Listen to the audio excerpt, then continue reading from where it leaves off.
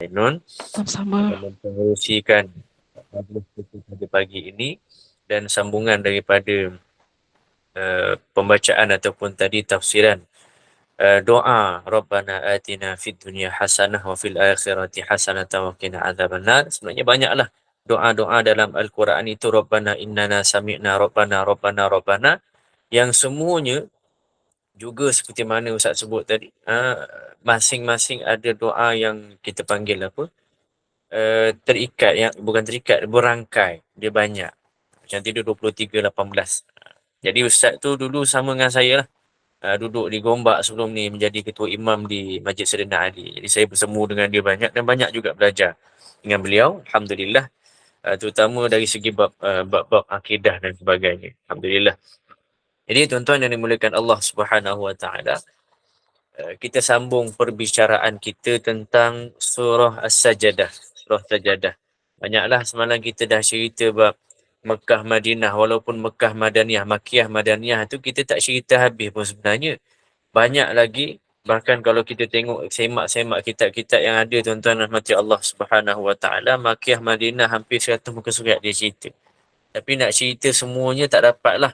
Sebabnya ada beberapa perkara Makiyah Madaniyah ni yang menyentuh bab cara mengeluarkan penafsiran.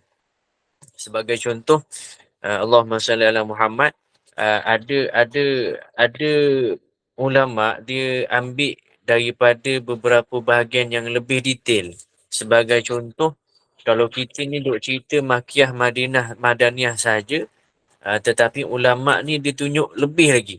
Contohnya Makiyah itu turunnya pada waktu sejuk ataupun pada waktu musim panas. Sofian atau syitaan.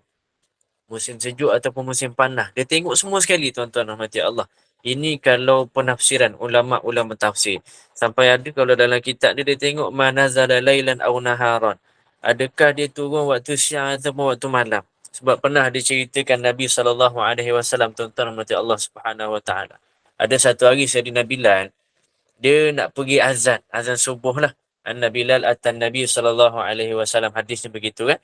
Datang kepada Nabi SAW ketika itu nak azan subuh. Ya'azinuhu li salati subhi fawajadahu yabki. Tapi tengok tiba-tiba Nabi SAW ketika itu duduk nangis. Subuh ni tuan-tuan. Bila nak pergi azan ni. Ni cerita bab turun-turun ayat lah sebenarnya. Turun ayat. Waktu ni, waktu ada ayat yang turun waktu malam dan siap. Dia bukan kira Makiyah Madaniyah saja. Kalau bab penafsiran ni dia sampai kira malam ke siang. Musim sejuk ke musim panas. Supaya kaedah penafsiran itu lebih tepat dan kaedah penyampaian itu lebih tepat kepada mukhatib tu, kepada siapa kita nak cakap. Sampai kita boleh belajar banyak benda tentang Al-Quran ni, macam mana Allah itu nak pujuk manusia. Siangnya, malamnya, musim sejuknya, musim panahnya, turun Madaniyah, turun Makiyahnya, turun pada orang ganas, turun pada orang lembut, semua diceritakan. Bahkan tadi tuan-tuan Allah SWT, ya Rasulullah, ma yabkika, kata Bilal radhiyallahu anhu, kenapa nangis ni ya Rasulullah? Kenapa nangis pagi-pagi ni? Maka Nabi kata sallallahu alaihi wasallam, rupanya sebab turun ayat, inna fi khalqis samawati wal ardi wa ikhtilafil laili wan nahar la ayatil li ulil albab. Kalau kita tengok ni tuan-tuan, dia macam biasa je. Sesungguhnya fi khalqis samawati wal ard, dalam penciptaan langit dan bumi ni, wa ikhtilafil laili wan nahar, ada padanya khilafu, ada padanya di apa diasingkan, wa ikhtilaf, dibezakan siang dan malam, kata Allah Subhanahu Wa Taala, la ayatil li ulil albab, untuk orang-orang tu berfikir. Tapi nangis tuan-tuan Nabi SAW, kita pun dah pelik. Apa benda yang Nabi nak nangiskan? Padahal itu adalah tentang penciptaan siang malam, penciptaan bumi, penciptaan langit dan sebagainya. Maka kata ulama, tuan-tuan rahmati Allah Subhanahu Wa Taala, yang dipetik daripada surah Ali Imran ayat 190 itu, kata ulama, ketahuilah bahawa wailun, ketahuilah kecelakaan, liman qara'aha, siapa yang baca ayat ini tapi tak pernah fikir apa-apa. Rupanya begitu. Sebab Nabi tu dia sampai nangis cerita pasal siang malam sahaja. Tapi bila kita sampai ayat itu, Ali Imran ayat 190 itu, kita tak boleh nak mikir, kita tak ada rasa apa-apa, maka kata ulama, celaka orang yang baca Quran sampai tahap begitu. Tuan yang dimulakan Allah Subhanahu Wa Taala. Banyaklah kalau kita nak cerita bab mukjizat dunia pula, menyebabkan kita ni boleh terfikir, inna fi khalqis sama boleh menangis. Tuan-tuan faham tak kenapa Nabi boleh menangis? Ni nak cerita tentang penafsiran tu lah. Kenapa Nabi dia boleh nangis dengan ayat cinta penciptaan? Sebab penciptaan Allah ni dia sangat-sangat hebat dan sangat-sangat halus. Tuan-tuan tengok rama-rama. Rama-rama ni tuan-tuan yang dirahmati Allah Subhanahu Wa Taala. Penciptaan awalnya adalah dengan berpuasa. Dia duduk dalam kepompong, dia puasa habis dah. Tak makan, tak minum. Keluar-keluar jadi cantik. Tuan yang dimulakan Allah Subhanahu Wa Taala, keluar-keluar jadi cantik. Dan perasan tak? Penciptaan rama-rama, dia cukup rama-rama sahajalah kita tengok sikit. Penciptaan rama-rama ni tuan-tuan, dia kita panggil apa? Dia apa? Simetri, dia sama. Kepak sayap kanan dengan sayap kiri dia kan sama. Kalau kita pegang macam tu tangkap, ukuran dia tu jarang tak sama. Mesti sama. Bahkan yang lebih hebat adalah warna dia. Sayap kanan dan kiri tu dia simetri betul. Kalau kanan atas biru, atas sebelah kiri pun biru. Mesti sama. Ni rama-rama tuan-tuan dan puan Allah Subhanahu Wa Taala. Dan rama-rama ni sifat dia adil. Dia akan sebarkan kecantikan dia kat mana pun dia duduk. Dia duduk tempat buruk seperti sampah. Macam itulah keadaan dia. Dia tunjuk diri dia yang sebenar yang cantik itu, menyebabkan kita ni rasa memuji keadaan dia. Dan tahu tak tuan-tuan dan puan Allah Subhanahu Wa Taala, rama-rama yang sebegitu itu, bila orang tengok, dia akan ada satu, pernah tak kita tengok rama-rama rasa nak buat jahat? Tak tuan-tuan. Sebab rama-rama dia menyebarkan kebaikan yang teramat banyak. Sebab tu Nabi ni dia suka fikir, inna fi khalqis samawati wal ardi, sampai menangis. Sebab dia tak, kita ni sampai tak boleh nak cakap apa dengan penciptaan tu. Dia macam ni tuan-tuan. Bila tengok rama-rama, kita akan cakap apa? Subhanallah. Kita tak akan cakap Masya Allah. Subhanallah ni kita menafikan kekurangan Allah. Begitulah keadaan dia. Ataupun kita sebut Allahu Akbar. Dua-dua pun boleh. Subhanallah ni kita menafikan kekurangan Allah. Dia kalau nak kita buat contoh mudah aja tuan-tuan dan macam Allah. Mudah aja. Macam mana Subhanallah ni kita ucapkan bila ada sesuatu yang lebih dan kita tak mampu nak capai. Kita akan cakap, wah subhanallah. Itu ucapan kekaguman yang terlalu tinggi. Itu untuk ucapan subhanallah. Kalau contohlah, saya ni seorang yang orang panggil apa, kita panggil contoh paling mudah tu, ada rupa contoh gitu kan. Handsome ustaz ni. Contoh saja. Bukan kata nak puji dah. Contoh. Dan sebelah saya ada orang yang rupanya tu kurang handsome sikit. Tiba-tiba datang satu motor kat depan. Tengah-tengah makan berbual berdua. Ada datang satu motor. Turun daripada motor tuan-tuan, dah buka helmet tu dah macam iklan tu. Apa kita panggil bersinar-sinar. Rambut dia tu slow motion gitu kan. Buka tu handsome sangat tuan-tuan keluar sebagai contoh. Akhirnya bila dia keluar, yang akan memuji lelaki yang cantik sangat tadi siapa? Yang akan memuji adalah orang yang tak berapa nak ada rupa sebelah tadi itulah. Dia akan puji, ui handsome-nya. Sebab apa dia puji? Sebab dia tahu orang tu bukan tara dia, bukan level dia dah. Adapun saya sebagai contoh tadi saya sebut, ada rupa yang kita rasa macam kita ni level lebih kurang je dua ni. Handsome, aku pun handsome sebagai contoh begitu, maka kita tak ada rasa nak puji sangat kat dia. Jadi tuan-tuan yang mati Allah Subhanahu Wa Taala, level subhanallah, ucapan subhanallah itu akan terkeluar sebegitu sampai suatu tahap bila kita memahami betul penciptaan itu, kita akan menangis seperti mana nangisnya Nabi SAW. Sampai ulama yang tulis ini pun tuan-tuan, sejarah penulisan tafsir ketika itu, tuan-tuan, beliau menangis ketika mana menulis tafsiran ini. Wailun, sampai keluar begitu kata-kata beliau, wailun, celaka siapa yang baca ayat ini sampai tak mikir dah. Sampai tak dia nak mikir penciptaan Allah Subhanahu Wa Taala. Banyaklah. Ini semua tentang ulumul Quran, kaedah-kaedah penurunan Quran dan kaedah-kaedah bagaimana kita nak meresapi Al-Quran itu duk masuk dalam diri kita tuan-tuan rahmati Allah Subhanahu Wa Taala. Dan banyak lagi dawabit ataupun mumayyizat, perbezaan-perbezaan makiyah Madinah yang dikeluarkan dalam kitab. Semalam saya baca-baca, saya ingat begitu je. Hari ni saya buka kitab sikit, adalah beberapa tambahan-tambahan. Antaranya setiap surah yang ada sujud sajadah itu adalah surah yang turun di Mekah, yang turun secara makiyah.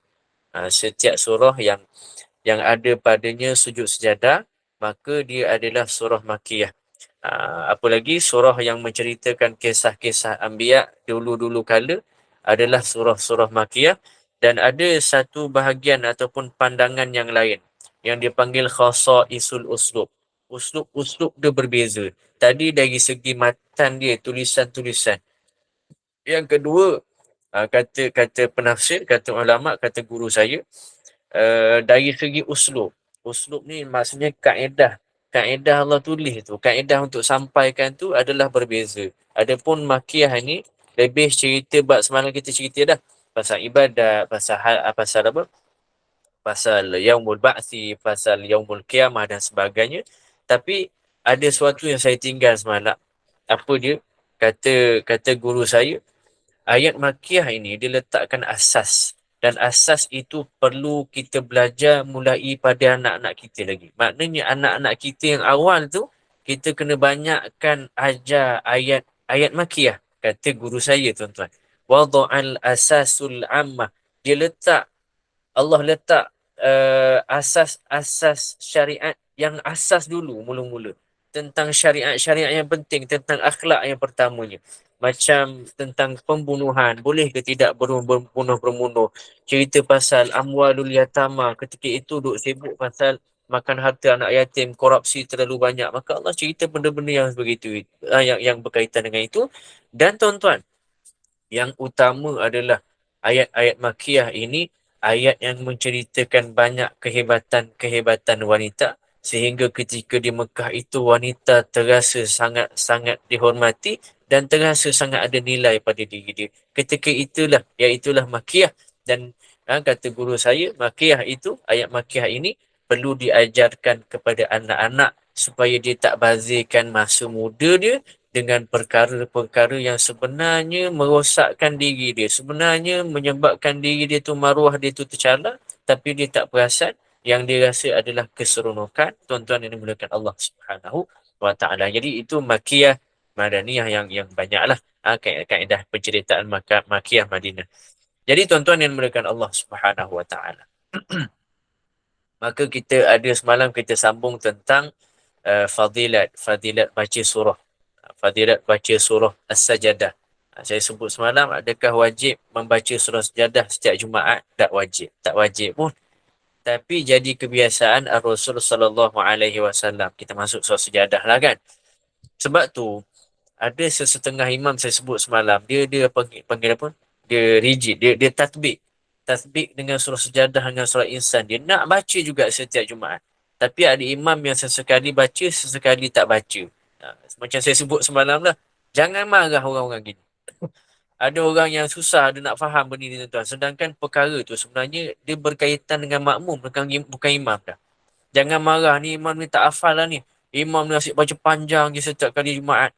Sedangkan ada imam antaranya di Mekah lah. Di Mekah, dia nak ajar umat itu, nak bagi tahu surah Sajadah ni dengan Al-Insan ni, dia tak wajib pada hari Jumaat.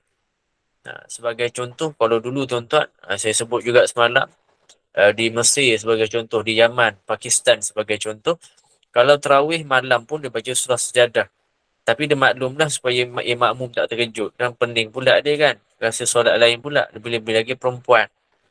Cuma sekarang tuan-tuan yang rahmati Allah Subhanahu Wa Taala, ada persoalan lah. Saya pun duduk dalam pengurusan masjid dan surau.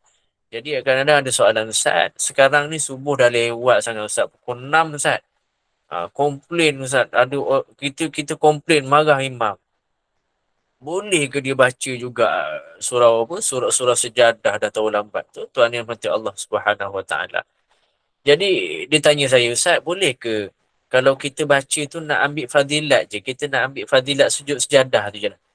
Nak ada sujud je, tapi tak habiskan pun surah Sajadah tu, boleh tak? Jawapan saya, boleh lah. Boleh, tak ada masalah. Kita faham realiti kita sekarang. Orang bekerja, ada orang pencen dan sebagainya. Negeri yang tak kerja hari Jumaat, alhamdulillah. Tapi yang kerja ni kita nak kena raikan jugalah. Kan imam ni kena pandai raikan. Sebab ada jemaah yang dia nak sujud sejadah tu juga. Tapi dalam masa yang sama, duk kepala tu teringat je takut jam. Takut sekian, takut sekian, takut sekian. Lalu kemudiannya disesuaikanlah. Waktu itu sesuaikanlah. Baca surah sejadah tapi tak habiskan pun surah sejadah asalkan ada sujud. Pun boleh tuan-tuan. Yang dimuliakan Allah Subhanahu Wa Taala. Cuma ada pandangan-pandangan ulama yang khilaf, yang berbeza dengan pandangan tadi. Pandangan tadi kata baca separuh boleh, ambil sujud, asalkan dapat sujud pun jadi. Tapi tuan-tuan, ada satu pandangan sufiyah, ada satu pandangan adab dengan Allah Subhanahu Wa Taala. Ada satu pandangan yang cuba menolak supaya kita tak buat selain daripada Ar-Rasul sallallahu alaihi wasallam buat. Ada ulama berpandangan tak cantik macam tu. Tak cantik kita tak habiskan surah sejadah. Tak cantik kita duk kejar sahaja sujud tu tuan-tuan. Sebab matlamat kita bukan untuk sujud sahaja. Matlamat kita bukan untuk sujud sahaja. Matlamat kita supaya kita baca sempurna.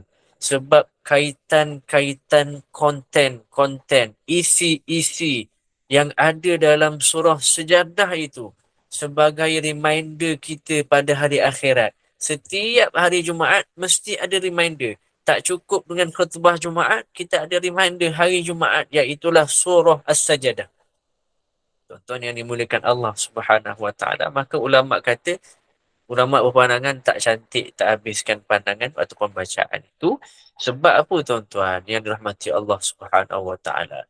Sebab kalau kita buat perbandingan antara sujud dengan mengenal Allah, maka sujud itu adalah turun ataupun adalah level yang paling rendah berbanding kita cuba untuk kenal Allah Subhanahu Wa Taala. Jadi tiap-tiap minggulah kita remind, kita ini diingatkan tentang perkara-perkara akhirat dengan surah sejadah yang kita dengar setiap kali Jumaat. Cuma kita tak faham tuan-tuan kadang-kadang. Tak apalah, itu mukjizat Al-Quran. Nanti kita cerita buat mukjizat lagi sikit-sikit insya-Allah.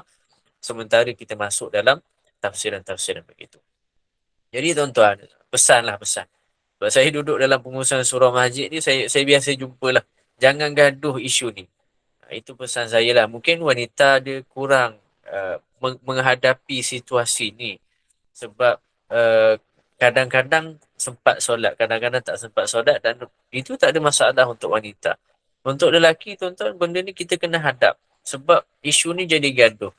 Dia mudahnya macam ni. Kalau rasa perlu nak tegur imam, tegur lah. Ustaz, kenapa tak baca Jumaat hari ni? Kadang imam ni dia nak raikan majoriti kan. Majoriti kat surau ni pencen sebagai contoh. Majoriti kat tempat masjid sana ramai pencen. Jadi dia bacalah komplit surah sejadah dengan surah insan sekali. Kita tuan-tuan, kita ni yang duk bekerja ni, yang bukan orang pencen, yang bukan, yang sibuk sana sini masa bekerja tuan-tuan. Kita nak buat apa? Kita cari masjid lain yang tak baca penuh. Itu tugas kita. Tugas imam meraikan majoriti. Tugas kita mencari kesesuaian imam yang kita suka. Ini cerita Imam Bilal itu kalau nak cerita buat Imam Bilal saja, kesilapan saja dah ada 600 muka surat. 600 muka surat dibuat oleh ulama tentang cerita kesilapan solat je. Kesilapan. Belum cerita buat lain lagi tuan-tuan. Susunan arkitek. Semua termasuk dalam kesilapan. Jadi tuan-tuan yang dimuliakan Allah Subhanahu Wa Taala, jangan gaduh. Dia sebab dia ada satu nama yang kita panggil dalam Islam ni ikhlas. Ikhlas tu dia akan meringankan semua beban kita. Jadi positif habis kita nanti. Dia tengok ramai pencen kita tak ikhlas. Tengok ramai sangat pencen, kita pun duk mikir mungkin semua tak kerja. Kan? Kerja dia siram pokok bunga kat rumah je kan. Jadi tak apalah, aku ni kerja sebagai contoh, aku nak kena pergi cari tempat lain. Jangan marah Tok Imam, jangan marah. Marah diri sendiri sebab kita tak cari tempat lain.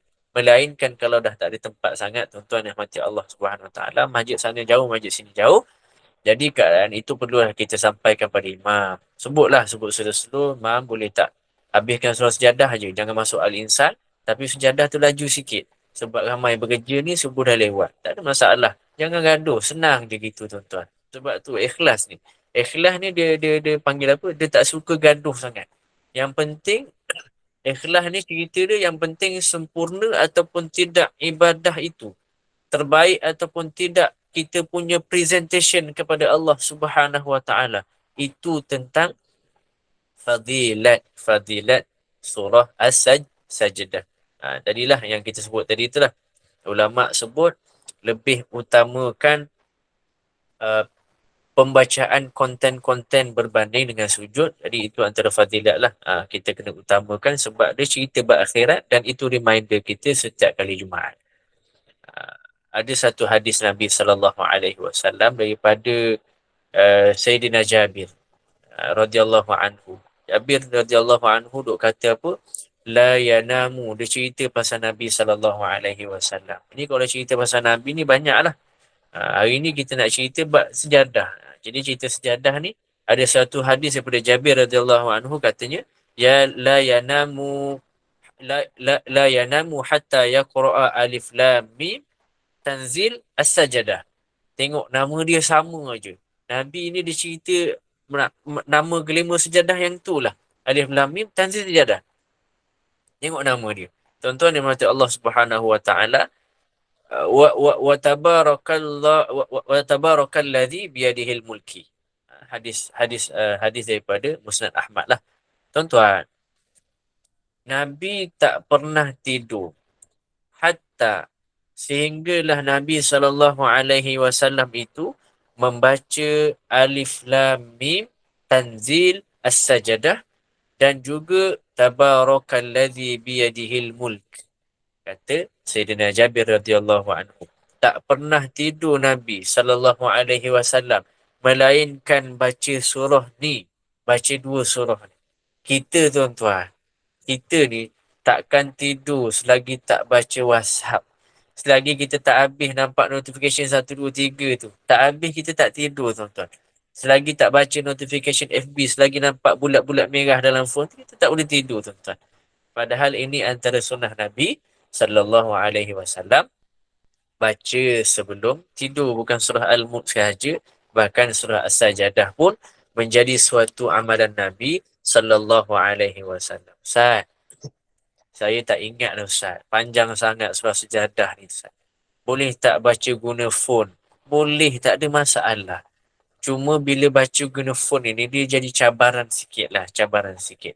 Suara phone ni, dia guna phone ni, dia cabaran sikit. Apa cabaran dia tuan-tuan? Dia kita baca sekejap je kan. Keteling lah gitu bunyi kan. Teling masuk WhatsApp. Tong masuk WhatsApp. Bunyi, kadang ada bunyi air kan sebagainya. Baca 5 minit lagi, notification lain pula masuk.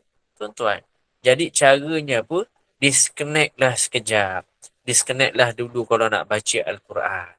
Habis Ustaz, takkan setiap kali nak baca, nak kena ambil mazhab, nak kena tengok Quran, nak kena tengok apa semua sekali. Tuan-tuan, dia sebenarnya kesungguhan. Kesungguhan ni, kalau buat, kita akan rasa puas. Kalau kita baca selalu, kita akan ingat. Kesungguhan ni dia akan rasa puas bila kita buat. Rasa sungguh sangat nak dapatkan kereta X50 sebagai contoh. Bila kita usaha sungguh-sungguh, kita rasa puas bila dapat dan kita tak rasa rugi dengan apa yang kita usahakan. Itu kesungguhan tuan-tuan yang dirahmati Allah Subhanahu Wa Taala. Jangan fikir mazhab, jangan fikir kena pegang handset dan sebagainya. Adapun apa tu kalau kita selalu baca pun tuan-tuan dan rahmati Allah Subhanahu Wa Taala, dia kita akan jadi ingat. So jangan ada masalah. Amalkan, dia akan ingat lama-lama. Lama-lama handset tu kat tepi kita buka bacaan daripada imam-imam, kita ikut je lah dah. Kita dulu tuan-tuan, masa kecil-kecil dulu, sekarang pun mungkin sama lah kan. Cuma tak seramai dulu lah. Kita dulu, Yasin tu, kalau ayah kita baca salah tuan-tuan. Sekarang mula, kalau kita dengar ayah kita baca salah tuan-tuan, kita boleh perasan. Wadrib lahum mathalin Ashabal kita pandang, ayah masalah lah ayah, masalah. Kita boleh tegur walaupun ketika itu umur kita baru 9 8 tahun. Boleh tegur. Sebab apa boleh tegur tuan-tuan? Sebab kita ulang balik banyak. Selalu baca. Sebab kita kerap ulang sampai kita boleh perasan salah baca. Samalah juga surah-surah lain. Tak hafal tak apa, baca je dulu sebelum tidur tuan-tuan yang dimuliakan Allah Subhanahu wa taala. Ustaz, ada soalan-soalan ni. Dia tafsir ni best tuan-tuan. Ada soalan-soalan banyak. Kadang-kadang fiqah pun macam tu lah. Ustaz, kadang saya baru baca Alif Lam Mim, dia dah sampai Hong Kong dah, Ustaz. Dah sampai China dah. Macam mana tu Ustaz nak buat? Dah tertidur dah. Tak apalah. Dia dah niat nak beramal tu tak apalah. Tapi kena lawan sepatutnya. Sebab dulu saya macam tu juga tuan-tuan. Menghafal Quran ni dia ngantuk. Jadi bila kita lawan dan cuba ada niat untuk, contoh kita lawan, makin mengantuk tuan-tuan, saya tambah satu muka lagi. Tak boleh ni ngantuk. Kena tambah satu muka. Tak boleh ni, nak main sangat ni.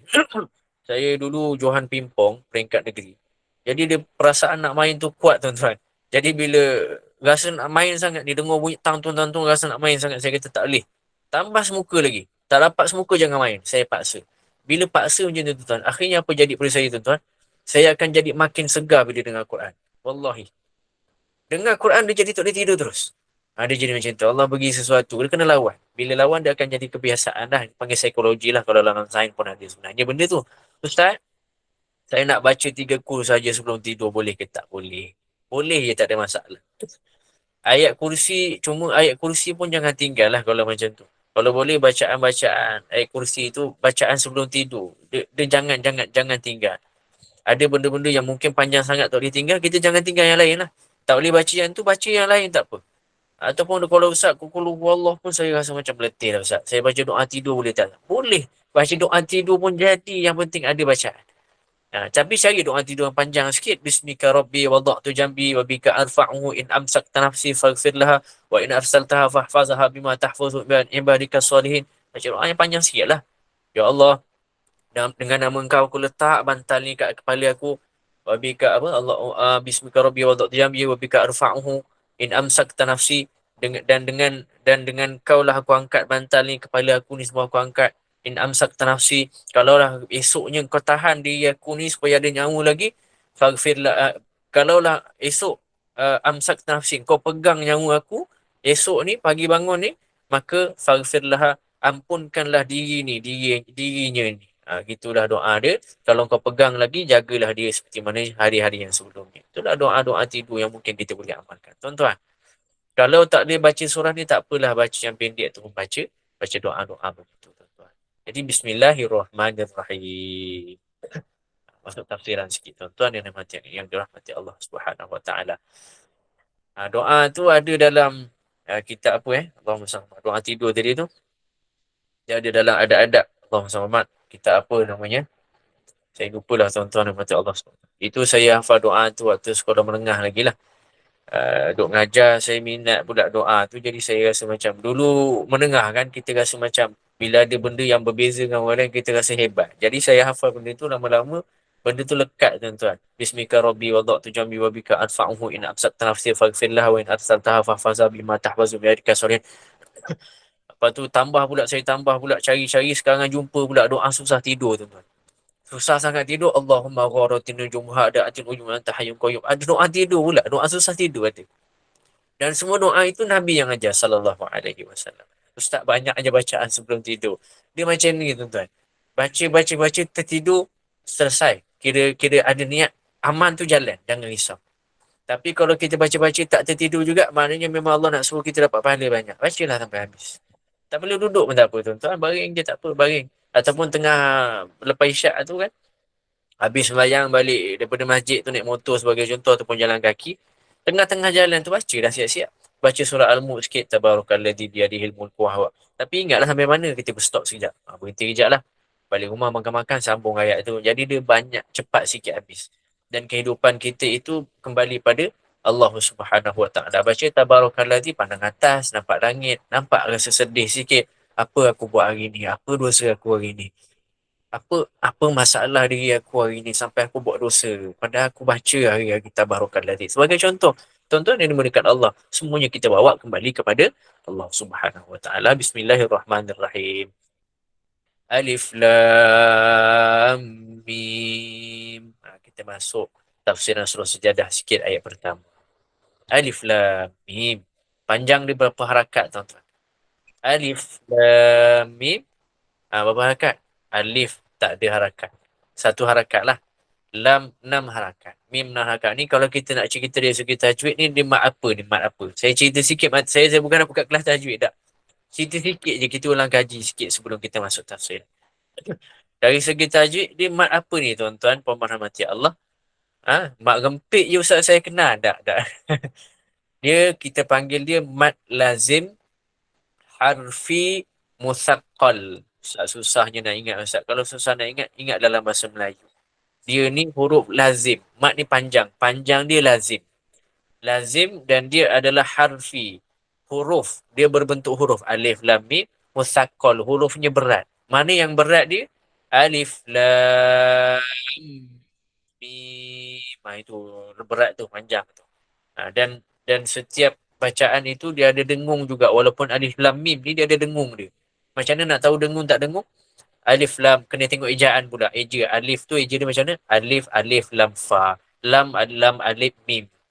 Mim ya mim. Macam tu kan. Jadi mim bertemu mim tu. Lam mim itu bila baca dia akan jadi dengung dah dua harakat. Kena dengungkan dua harakat. Itu antara tajwid lah. Itu kelas tajwid nantilah. Kita boleh bincang. Ada pun dalam sebab pun ada kelas tajwid yang bincangkan perkara tersebut. Jadi dia panggil huruf ni huruf muqatta'ah. Kalau dalam ulumul Quran tu, dalam tafsiran, dia panggil huruf muqatta'ah.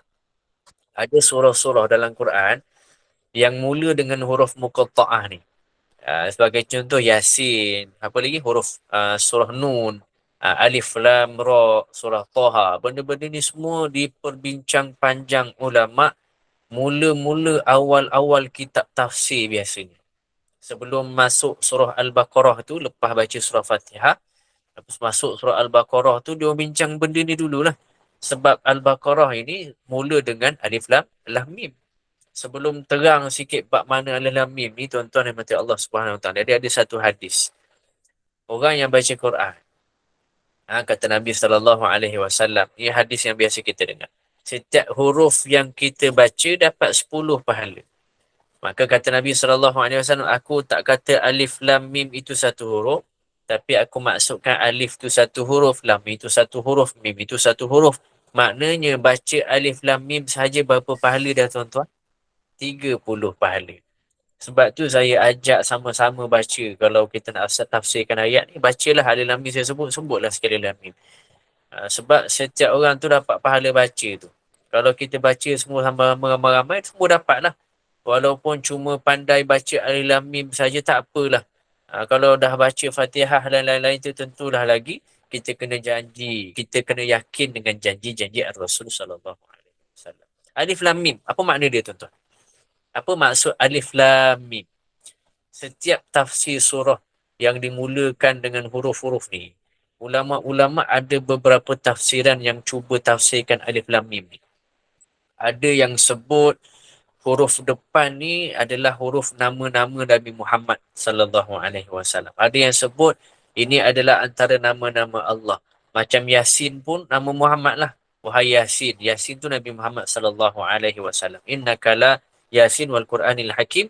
Innaka la minal mursalin. Innaka. Kan innaka tu balik pada Yasin tu. Sesungguhnya engkau wahai Yasin la minal mursalin. Adalah daripada utusan-utusan Allah. Jadi ada ulama sebut Yasin tu ataupun huruf-huruf muqatta'ah ni kita panggil sebagai nama Nabi. Itulah.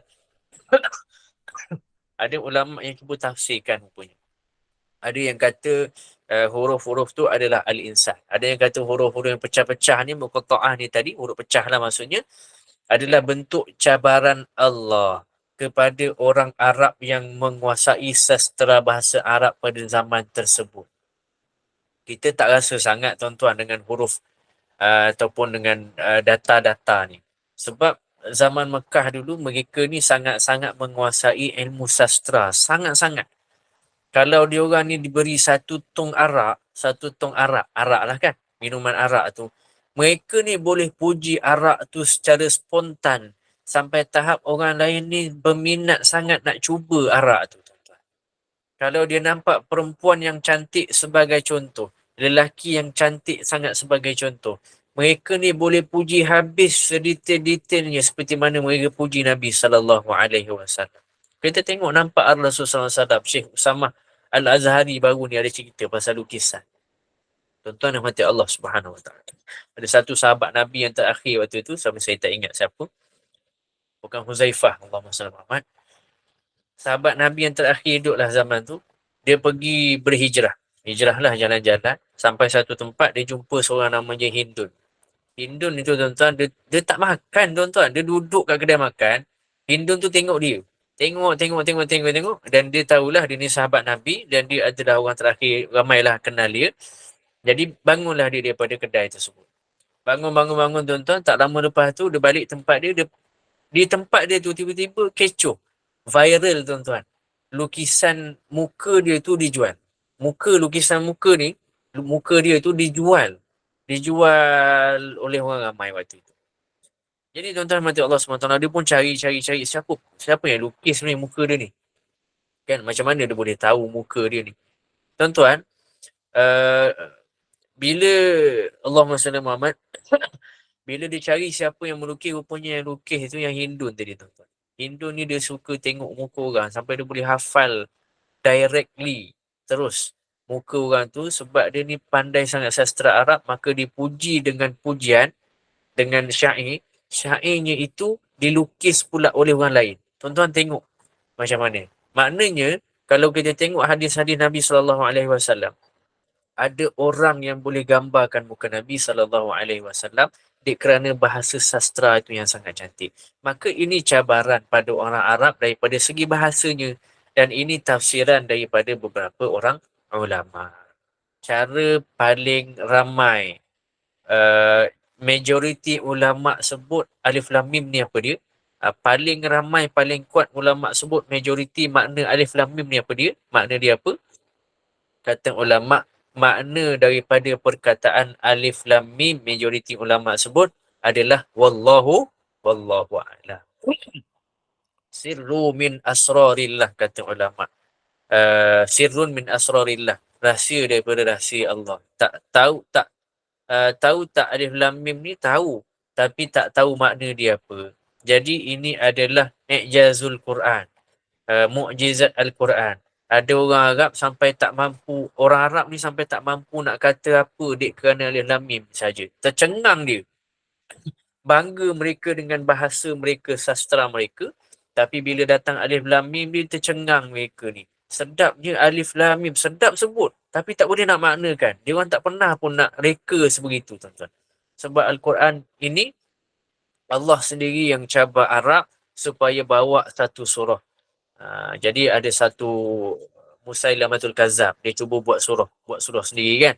Kan ada kan dalam hikayat itu, al-fil mal-fil wa ma adraka mal-fil lahu khurtumun tawil. Ni tuan-tuan, kalau saya baca ni tuan-tuan, bawa dalam solat waktu imam, orang ikut je ni tuan-tuan kan. Dia tiru Al-Qari'ah tuan-tuan. Jadi Musailamatul Sabat ni dia buat sungguh. Gajah, malfil, apa itu gajah? Wa ma adraka malfil, apa yang kamu tahu tentang gajah? Lahu khurtumun tawil, ada belalai yang panjang. Orang Arab ni pening tuan-tuan. Siapa yang tak tahu bab gajah kan? Dia cuba juga buat. Ya dhifda'u bintu dhifda'in naqi ma tunaqin. Ini semua misalnya betul Kazab punya kerja ni tuan-tuan. Saya hafal pula tuan-tuan. Wahai kata, anak dua ekor kata. Dia reka semua tuan-tuan. Tapi dia buat tu automatic kena reject. Sebab apabila mereka cuba cabar Quran, dia takkan jadi tuan-tuan. Dia jadi macam tak logik ayat dia buat tu. Ini mukjizat Quran daripada segi aspek bahasa. Tuan-tuan rahmati Allah Subhanahu Wa Taala. Ada kisah kisah Tufail ni tuan-tuan. Kisah Tufail, kisah mukjizat bahasa. Kita ambil aspek bahasa tu sikitlah. Aspek bahasa sebab nak cerita dalam meme. Ada seorang anak orang kaya daripada Yaman. Dia sangat pakar dalam bahasa Arab, sastra Arab ni dia pakar. Namanya Tufail bin Amru Ad-Dausi. Ataupun orang panggil Ad-Dausi. Dia ni kafilah daripada keturunan daripada Abu Hurairah lah. Ad-Dausi tu keturunan daripada Abu Hurairah. Tufail bin Amru namanya. Datang daripada Yaman masa musim haji. Orang jahiliyah Mekah ni mereka buat haji tuan-tuan dan rahmati Allah Subhanahu Wa Taala. Haji zaman Nabi Ibrahim, tapi mereka ni modified. Modified, ubah ikut selera mereka, sehinggalah kemuncak jahiliyah ni mereka tawaf dalam keadaan telanjang waktu tu. Dia modified lah ikut selera mereka. Dia kata pakaian ni pakaian kita gaduh. Pakaian ni pakaian yang kita tipu-tipu orang. Akhirnya tawaf ni kita nak hadap dengan Tuhan, kena suci, kita buang pakaian tersebut. Jadi dibahagikan pula. Lelaki tawafnya waktu siang, perempuan tawafnya waktu malam. Ni tawaf zaman jahiliyah tuan-tuan. Dia jangan bayangkan tuan-tuan. Ini jahiliyah. Tak boleh nak bayang. Kalau bayang dia jadi ya Allah, geli tuan-tuan. Ini zaman jahiliyah. Setiap kali haji, orang akan datang buat haji.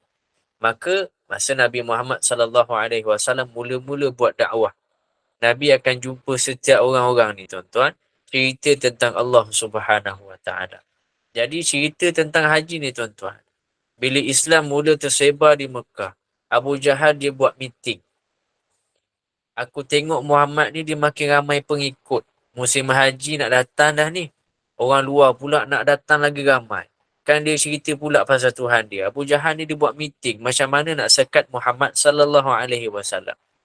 Mana-mana meeting dia mesti dia nak sekat dakwah ni. Ni meeting tergempar lah ni katanya kan. Jadi Abu Jahal tuan-tuan duk bincang banyak kali.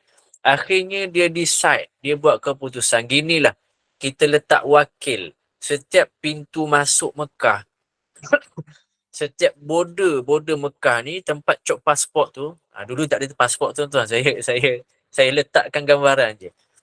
Dulu tempat border masuk ni macam cop pasport tu lah kan. Setiap entrance, apa kita panggil, setiap pintu masuk Mekah, Abu Jahal ni kita akan letak wakil.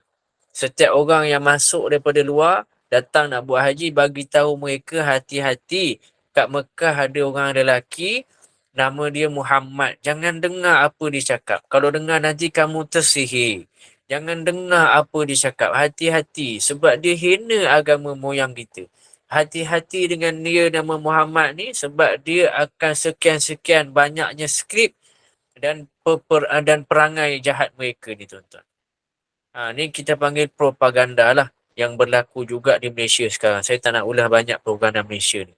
Cuma cerita pasal politik ni pun sekarang hangat tuan-tuan. Selagi yang memerintah itu ada berkepentingan individu, ada kepentingan duit, kaum asabiyah mereka, kemungkaran akan sentiasa berlaku. Padahal politik ni tuan-tuan adalah sulaman dari Islam. Tak boleh benci politik, tak boleh. Duduk tengah-tengah macam lalang pun berdosa. Dia macam lalang kata Allah berdosa, tak boleh. Macam mana pun kita mesti ada satu kecenderungan ke arah sesuatu yang baik dalam politik ni. Mesti ada. Sebab asas politik ni diasaskan oleh Islam. Sepatutnya corak sulaman itu ikut corak sulaman Islam lah. Islam nak corak macam mana, itulah sulaman Islam. Politik ni dipandang kotor disebabkan dibawa oleh acuan kepentingan peribadi. Dia akan jadi suatu haibah. Politik ni akan jadi suatu kegerunan, satu kehebatan yang boleh gegar dunia bila kita gunakan sebagai jambatan untuk berpindah ke dunia yang lebih lama. Sebenarnya begitulah politik. Jadi tuan-tuan, Abu Jahal gitulah. Ada kepentingan individu, bisnes, lain-lain.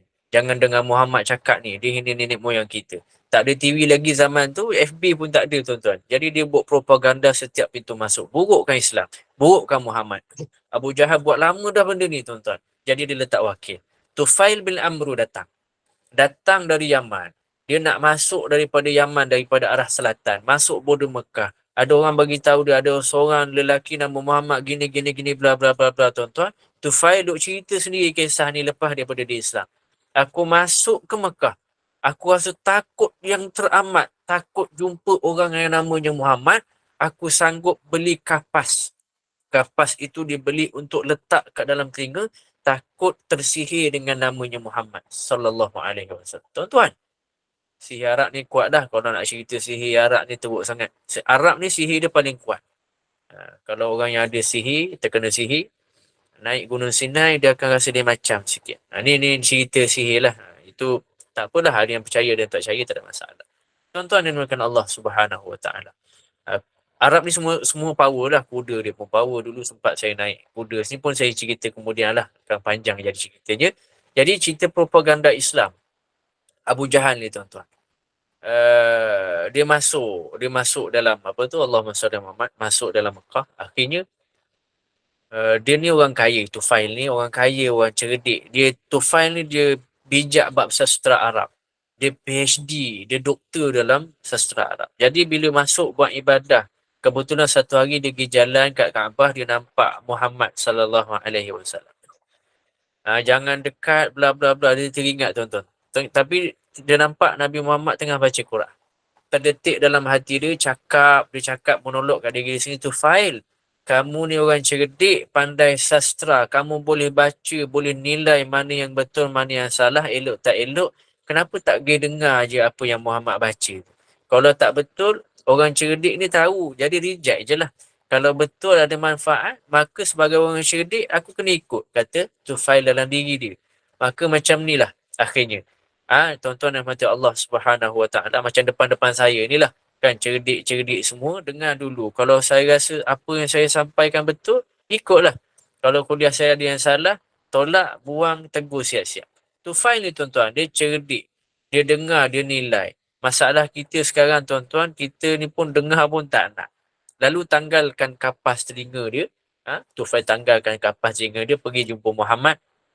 Cerita pasal border tadi, dia cerita pasal Muhammad sallallahu alaihi wasallam. Boleh akhirnya Tufail minta, boleh baca tak, aku nak dengar. Rasulullah pun bacalah beberapa ayat Quran. Saat itu Tufail terus mengucapkan kalimah syahadah. Dia seorang sastra, pakar bahasa Arab. Katanya bahasa kamu ini bahkan bukan disusun oleh manusia tuan-tuan. Pakar dia. Dia tahu bukan manusia yang buat. Tak boleh buat manusia gini. Inilah contoh tuan-tuan. Ada orang depan saya arkitek, 40 tahun dalam bidang, ada firm sendiri tuan-tuan. Staff pun ramai. Dah jadi berjaya pula staff dia. Orang propose plan kat dia. Dia tahu plan tu budak yang buat tu budak baru graduate ataupun budak-budak yang budak-budak yang PTPTM pun tak habis bayar lagi. Dia boleh nilai tuan-tuan, dia pakar. Sebab dia faham. Tuan-tuan, Tufail ni pakar bahasa Arab. Dengar dia boleh nilai. Zaman Nabi Musa, ahli sihir ramai. Mukjizat datang mengatasi ilmu sihir. Nabi Isa tuan-tuan dan mati Allah Subhanahu Wa Taala, dia pakar merawat orang sakit zaman tu. Tiba-tiba datang mukjizat Nabi Isa, Allahumma salli Muhammad, menyembuhkan sakit kusta. Dia sembuhkan sakit buta. Buta boleh celik. Bahkan boleh hidupkan orang mati. Ini zaman Nabi Musa alaihi salam. Nabi Isa pun samalah. Nabi Isa pakar merawat orang sakit pun kisah yang sama. Sembuhkan orang kusta, buta dan sebagainya. Zaman Mekah, orang pakar sastra bahasa Arab dan Quran mengatasi bahasa tersebut. Ini nak cerita Alif Lam Mim jadi tuan-tuan. Ustaz dah zaman kita ni pula macam mana? Ni soalan-soalan lah. Soalan-soalan yang best tuan-tuan. Saya pun terfikir tadi. Ustaz, zaman kita macam mana pula Ustaz? Kesan bahasa tu, Alif Lam Mim tu, apa kesan pada kita sekarang? Orang dulu boleh lah kan. Orang dulu pandai bahasa Arab. Kita ni bahasa Arab pandai Assalamualaikum je. Bismillah, masjid. Tu je lah kita tahu. Kita faham gitu je. Tuan-tuan gini tuan-tuan. Mukjizat Quran dalam aspek bahasa masih lagi beri kesan pada kita orang Melayu. Kalangan kita ni tuan-tuan Melayu ni, kita ingat balik tuan-tuan yang mati Allah Subhanahu Wa Taala. Kita balik semula. Kita cuba kaitkan dengan bahasa tuan-tuan. Mukjizat bahasa. Mak-mak kita dulu-dulu tuan-tuan. Ataupun sekarang ni kita sendirilah. Ada, ataupun tuan-tuan dah belakang-belakang yang duduk belakang-belakang tu kan. Ada yang belakang-belakang ke kan. Ada yang minat baca novel. Novel. Tak apalah minat novel ni, tak apa, bacalah. Sedapnya baca cerita ni. Keluar air mata tuan-tuan. Cuba baca lagi sekali. Best cerita ni, seronok. Baca lagi. Cuba baca lagi. Dah 5 kali dah baca, memang best ni, seronok. Kau tak nak baca ke? Memang best sangat ni. Bacalah lagi, cuba. Baca. Berapa kali dah? 14 kali dah aku baca. Memang sedap. Memang nangis setiap kali baca. Baca tu. 17 kali baca. Akhirnya tuan-tuan, 17 kali tu hafal dah. Hafal dah. Baca lagi, baca. Dah hafal pun baca lagi, baca lagi. Dah lah katakanlah lah, kalau kita pun dah lah penat dah baca cerita ni. Penat dah. Baca cerita lain pula lah. Tak apa, cuba je baca. Oh, tak nak dah. Memang sedap cerita ni, tapi 20 kali baca bosan lah akhirnya. Tuan-tuan, novel ni tak apalah, tak ramai yang baca kan. Kita ambil contoh lain lah. Surat cinta. Surat cinta zaman tunang dulu, tuan-tuan yang mati Allah Subhanahu Wa Taala. Zaman tu zaman mak bapak kita dulu tak ada phone, tuan-tuan. Zaman ayah-ayah kita ni zaman surat lah. Nak tidur baca surat, nak mandi baca surat, nak makan tu surat kat sebelah baca, tuan-tuan. Mak datang sembunyikan bawah meja. Sekarang cucu dah 7 orang. Mana surat tu pergi, tuan-tuan? Baca lagi ke tidak? Tak baca dah. Dulu baca sebagai sumber inspirasi, gitu kan. Sekarang tuan-tuan tak. Dia dah jadi bukan bosan. Dia rasa macam kehidupan sekarang, realiti sekarang ada lebih utama. Jadi baca benda lain pula dah. Baca benda lain. Tuan-tuan, dalam usia kita masing-masing, kita yang sekarang ni, umur saya 30-an sebagai contoh. Berapa kali dah kita baca Fatihah? Pernah tak timbul rasa bosan baca? Dah berapa ribu kali baca Yasin? Pernah tak rasa bosan baca? Yang baca novel 20-30 kali give up dah. Kita Fatihah, tuan-tuan, tak pernah give up. Mau kita kira, tuan-tuan. Satu hari 5 kali solat. Satu hari berapa kali solat, tuan-tuan? Berapa rakaat kita ada? 14 ke 15? 17, tuan-tuan. Yang jawab 15 tu subuh dia masalah. 17 rakaat minima. Setahun ada 365 hari. Maknanya Fatihah kita baca setahun adalah sebanyak 6,206 kali. Gigih saya, tuan-tuan, saya kira tadi. Darab umur kita 30-an sebagai contoh. Maknanya kita dah baca sampai 186,150 kali. Belum masuk tahlil, belum masuk zikir, lepas solat, belum masuk tarawih. Pernah tak timbul rasa bosan, tuan-tuan? Dah lah tak nak baca Fatihah lah. Aku nak Allahu Akbar, baca surah lain pula. Pernah tak, tuan-tuan? Tak pernah. Majalah, novel, surat cinta, bosan 20 kali sahaja. Kita ini keep repeat. Baca Fatihah selalu tak pernah timbul rasa bosan. Nak lagi, tuan-tuan? Nak lagi ke pasal mukjizat bahasa? Banyak lagi, tuan-tuan. Tak ada bacaan atas muka bumi ni yang orang tak faham, tapi dia kerap keep reading selain daripada Al-Quran. Tak ada. Tak ada bacaan yang orang baca kat muka bumi, tapi Allahumma salli ala Muhammad, orang tak faham tapi dia baca. Tak ada, tuan-tuan. Cuba tuan-tuan ambil buku Jepun, buku orang Jepun, Arigato gozaimasu, Astroman. Tak baca, tuan-tuan. Dia dah malas nak baca, tak faham. Itu dah, tuan-tuan.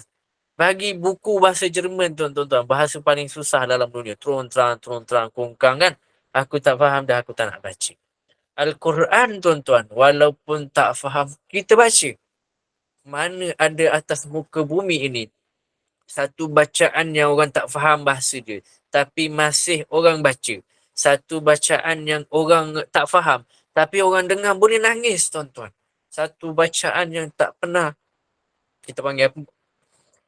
Kita tak faham bacaan tersebut, tapi kita boleh menangis, tuan-tuan. Ni mukjizat daripada segi aspek bahasa. Nak lagi, tuan-tuan? Nak lagi? Mana lagi ada atas muka bumi yang lebih dahsyat ni, tuan-tuan? Mana ada di atas muka bumi ini bacaan yang orang tak faham, tapi orang hafal word by word, baris by baris. Pergilah India, pergilah Pakistan, pergilah Turki, pergilah Malaysia. Tak faham Al-Quran tapi boleh hafal. Ramai, tuan-tuan. Ingat dulu kalau belajar di Mesir, tuan-tuan, duduk solat, ramai-ramai, tuan-tuan. Sana solat dia tak fikir sangat pasal saf ni kadang-kadang, tuan-tuan. Ada orang yang solat duduk belakang sekali sebab kursi ni dalam masjid tu duduk kat belakang, kat ujung sekali. Jadi orang-orang lelaki ni kadang duduk kat kursi tu, dia ikut imam yang jauh ke depan. Tetapi tak apalah, tu mazhab lain, tuan-tuan. Ada yang duduk, tak apa, itu mazhab lain. Tapi suasana dia walaupun begitu dia beza sikit tuan-tuan. Nilai ibadah bagi dia orang tu sangat tinggi.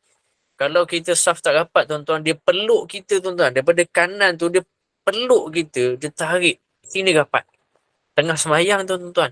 Kalau salah kiblat, orang belakang tu pusingkan badan kita, betulkan tuan-tuan. Kalau salah tu ditegur walaupun tengah solat. Nilai ibadat tinggi.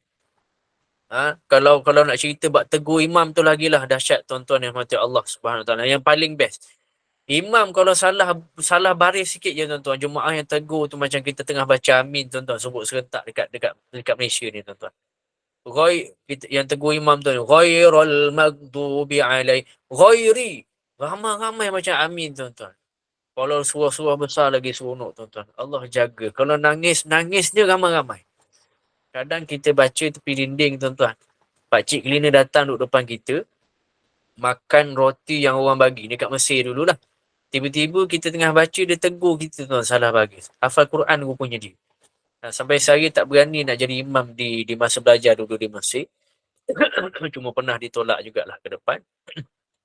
Tapi bila dah masuk ke depan, rakaat kedua tuan, izahja je tuan. Izahja Nasrullah wal Fath. Dia seram. Kalau salah baca tuan-tuan, jemaah tu habis je semayang, dia tarik kita pergi belakang ramai-ramai. Dia tunjuk kita ni salah baca, dia bincang balik tajwid, dia bincang balik tafsiran sikit-sikit. Tu best tuan-tuan sana. Belum cerita exam lagi Al-Azhar tuan. Quran ni satu penekanan. Bila tak hafal Quran, dia hantar kita kat cleaner tuan. Dia, doktor tu macam bukan hina, dia nak bagi kita faham. Al-Azhar ni satu universiti besar. Kenapa dengan pakcik cleaner kat luar tu pun kau boleh kalah? Kita sanggup-sanggup baca, dia tarik kita, kau jumpa pakcik cleaner sana, kau tasmikkan dia dulu. Tuan-tuan, begitu tuan-tuan, nak turunkan ego kita. Inna nahnu nazzalna al-Quran wa inna lahu lahafiz. Allah yang jaga Quran. Ini mukjizat Quran. Dari segi bahasa walaupun orang tak faham. Tapi ada tak senonoh juga Arab ni tuan-tuan yang mati Allah. Dia duduk ada apa? Ada orang yang jadikan Quran ini sebagai alas tempat duduk. Kita panggil ni sebagai lu'bah lah. Bermain-main dengan agama gini ni tak baik tuan-tuan.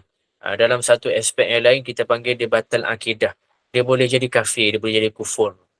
Kufur ni ialah akidah kan. Pening sikit lah. Kalau bab akidah ni dia best juga, seronok juga belajar.